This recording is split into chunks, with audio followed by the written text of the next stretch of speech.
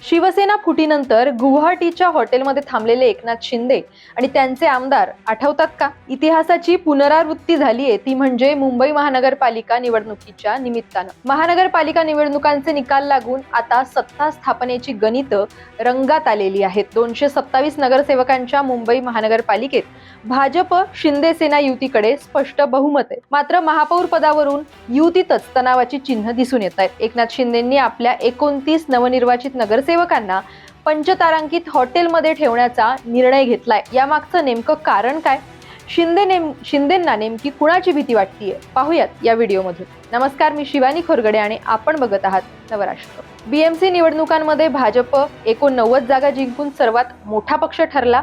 शिंदे गटाच्या शिवसेनेला 29 जागा मिळालेल्या आहेत. 227 जागांच्या सभागृहात भाजप शिंदेसेना युतीकडे एकूण 118 जागा आहेत, म्हणजे स्पष्ट बहुमत. दुसऱ्या क्रमांकावर उद्धव ठाकरे गटाची शिवसेना असून त्यांना 65 जागा मिळालेल्या आहेत, तर काँग्रेसचे 24 नगरसेवक निवडून आलेले आहेत. बहुमत असून सुद्धा महापौर पदावर अद्याप एकमत झालेलं नाही आणि याच ठिकाणी सत्ता संघर्ष सुरू झाल्याचं चित्र आहे. शनिवारी 17 जानेवारीला एकनाथ शिंदे यांनी आपल्या पक्षाचे सर्व 29 नवनिर्वाचित नगरसेवक मुंबईतल्या एका पंचतारांकित हॉटेलमध्ये ठेवले. पक्षनेत्यांच्या म्हणण्यानुसार प्रतिस्पर्धी पक्षांकडून होऊ शकणाऱ्या कथित फोडाफोडीच्या प्रयत्नांपासून बचाव करण्यासाठी हा निर्णय घेण्यात आला. विशेष म्हणजे याच दिवशी मुख्यमंत्री देवेंद्र फडणवीस यांनी बोलवलेल्या मंत्रिमंडळ बैठकीला एकनाथ शिंदे हे अनुपस्थित राहिले आणि या घटनेनंतर भाजप आणि शिंदे सेनेतला तणाव उघडपणे समोर आलाय. शिंदेंच्या शिवसेनेचे नवनिर्वाचित नगरसेवक अमोल घोळे यांनी हॉटेलमध्ये राहण्यावरून स्पष्टीकरण दिले की कुणालाही जबरदस्तीनं ठेवलं गेलेलं नाही. पुढच्या रणनीतीवर चर्चा करण्यासाठी आम्हाला बोलवण्यात आलं होतं. अनेक जण पहिल्यांदाच नगरसेवक झालेले आहेत, म्हणूनच 2 दिवसांच्या शिबिरांचं त्यांच्यासाठी आयोजन करण्यात आलेलं आहे. पण प्रश्न असा आहे की निवडणूक झाल्याच नगरसेवकांना प्रशिक्षण देण्याची शिंदेंना एवढी घाई का झाली? शिंदे गटाकडून अधिकृतपणे महापौर पदाची मागणी केल्याचं नाकारण्यात येत आहे. पण राजकीय वास्तव पाहिलं तर शिंदे सेना स्वतःची गरज अधोरेखित करत असल्याचं स्पष्ट चित्र आहे. भाजपकडून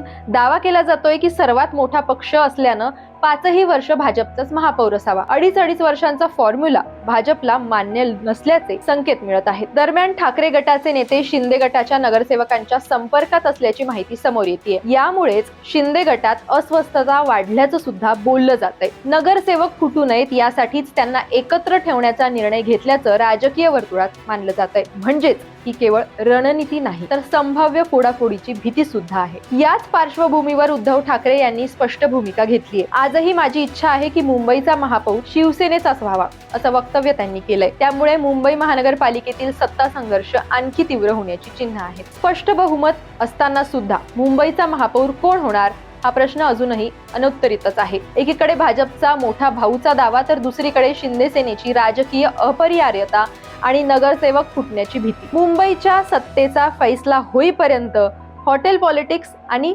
दबावाचं राजकारण हे सुरूच राहणार आहे, अशी सध्या तरी स्थिती दिसून येते.